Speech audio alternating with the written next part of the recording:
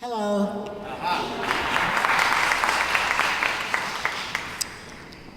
I can't stand long, so I'm sitting, and I apologize for my infirmities. On the other hand, I don't care if you don't like it, because I'm 80 and I take certain liberties.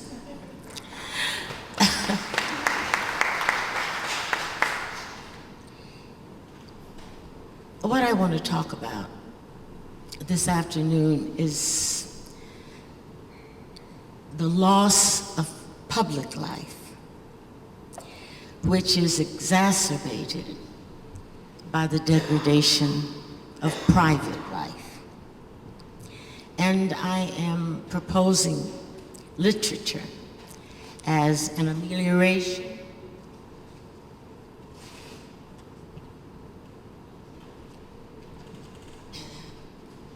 to this crisis in ways that even literature could not have imagined.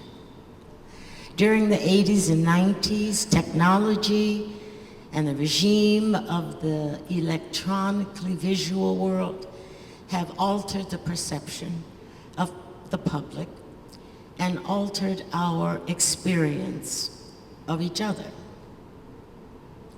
The current age of the spectacle promised intimacy and universalization in a global village setting. But it has delivered frightful confusion about private and public existence. Following the demise of the much maligned 60s and 70s, during which there was an actual contested, fought for, and fought against public and publicly expressed life, it seems unlikely now that there will ever be a decade like that, where issues of conscience, morality, law, and ethics were liberationist rather than what they are now, which seems to be oppressive. It's interesting to note that it is a decade like that now is embarrassed by itself. That kind of public life, civil rights movements, feminist movements, is not experienced as media phenomena made possible by the enormous weight of advertising and media fantasy, which suppresses the realities of division and exploitation, disguises the disconnection of private and public organization of images, like a stopwatch, and passes its organization off to us as a form of the real. The news promises to inform us, yet the promiscuity of the nightly news, the jostling together of tornadoes here and gunmen there, and heart surgery of infants and striking teachers, is dictated by the time constraints of the medium. But the jumble of events is presented to the viewer as if it were a representation of the promiscuity of the external world, which we find, of course, incoherent. Millions of people look to the screen for signs of their collective identity as a national society and as citizens of the world. The media now play the decisive role in constituting the so-called imagined community of nation and of globe. In this fashion, the news is validated as a system of authority, as a national institution, which a privileged role as purveyor of the nation's identity and the taker of its pulse. But something has gone wrong. The formula, the authority, the paradigm, the goals,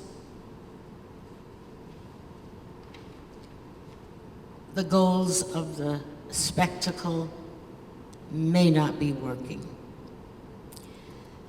Television once routinely presented news as sacred spectacle. The funeral of John F. Kennedy, the wedding of Prince Charles, now I guess today, tomorrow, another one, presidential inaugurations, the death of Diana, all implying that what was on view was of grave national and international significance. But in the merging of news, which is not news unless it's pictorial, with spectacle in the service of profit-making entertainment, certain electronic narratives originally constructed as official or national stories revealed not the promised national identity, but the fault lines within. War, it becomes a timed and shaped story, where the electronic questions become the political ones. When will we get out? When will the troops come home? When will the despot be dead? Where is the doctrine, meaning the title of this story? All of these investigations, impeachment hearings, trials, Whitewater, time and narrative, shape as well as plot, are all subject to televised programming needs. And it's fascinating to recall that virtually all of these stories, recent stories, are highly inflected by race and sex and power, wielded or withheld by either one. These national spectacles did not hide divisions as they wished, but exacerbated them. We can't count on the spectacle to heal and distract completely. It is likely to damage, alter, or distort time, distort language, distort the moral imagination and concepts of liberty, as well as access to knowledge, as our consciousnesses are being reduced to self-commodification. And we become ads for ourselves under the pressure of the spectacle that flattens our experience of the public and private dichotomy. The question becomes how and where can we experience the public in time, in language, as affect, and in context in order to participate fully in one's own personal, singular, even invented life in relation to the life of various communities to which we claim or we wish to belong. What is the source of this flattened perception of private and public? Part of the confusion may simply be the reckless use of the terms. There is private life, and there is the privatization of prisons, of healthcare, of so-called public schools. The first use emanates from constitutional guarantees as well as a deeply personal claim. The second is a corporate investment publicly traded. The first, personal claim to privacy, can be abandoned on a talk show, for instance. Or personal claim to privacy can be lost in the courts by public figures and celebrities and so on. But in any case, such connotations of privacy are under surveillance at all times. The second, the privatization of formally public institutions that can be thwarted, as we know very well these days, in the courts also, but are present to us and represented to us as for the public good, encouraging competition and so forth, which ought to lower prices and increase quantity, etc. Public interest has now been redefined as special interests. The slippage in these definitions so erase boundaries between an individual and his imagined community, we are not surprised nor agitated by the fact that public life is now rendered as visual phenomena of a chosen narrative that exploits and sensationalizes sex, race, family threats for the national resonance and the marketability they provide. This chaotic collapse of private and public, the constantly surveyed private life, and the public sphere over which we have no control, encourages the retreat into the narcissism of difference, a surrender to the shallow delights of entertainment, or participation in a wholly illusory community shaped by fear and unquenchable desire. Literature offers a very special kind of amelioration to these forces. Now, the reason we teach literature or are encouraged to read literature are three. First, literature is character building. It's morally strengthening. Two, it's suitable for high-minded leisure activity.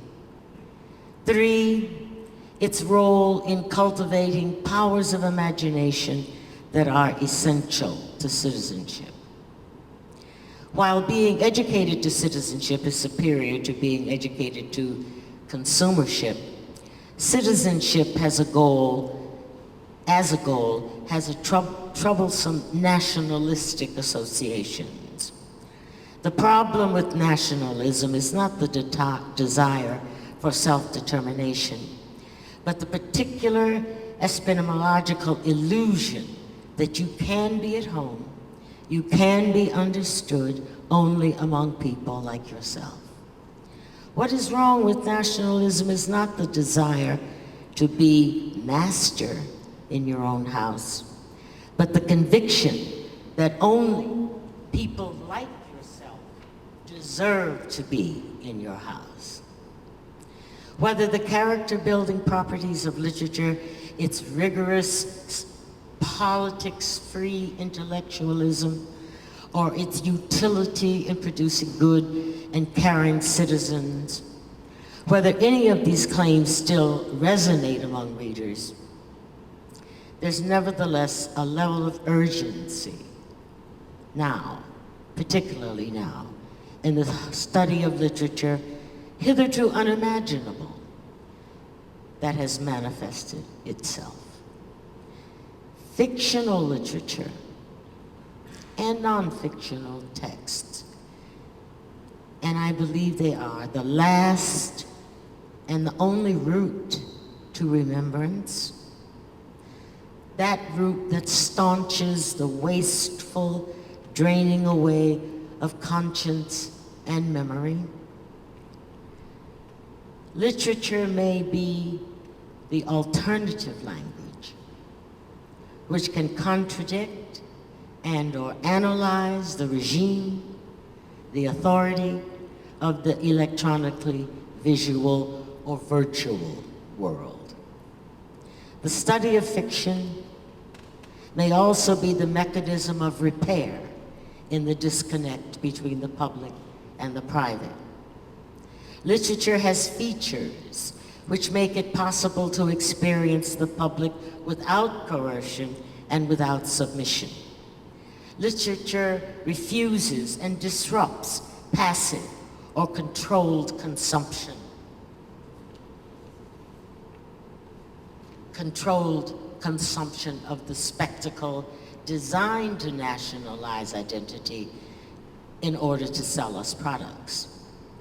Literature allows us, no, it demands of us the experience of ourselves as multidimensional persons, and in so doing is far more necessary than it has ever been.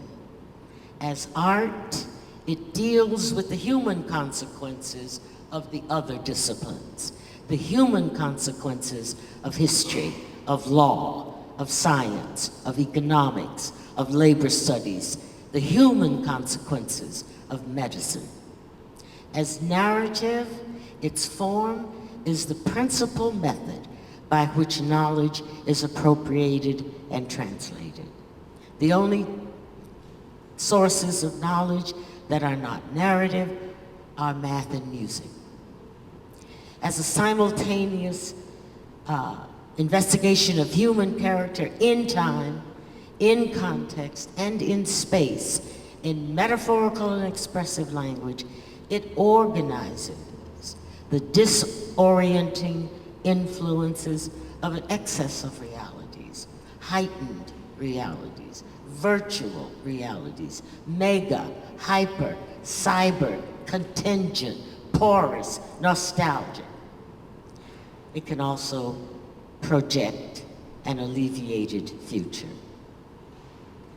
I sometimes think that authors don't know how valuable they are.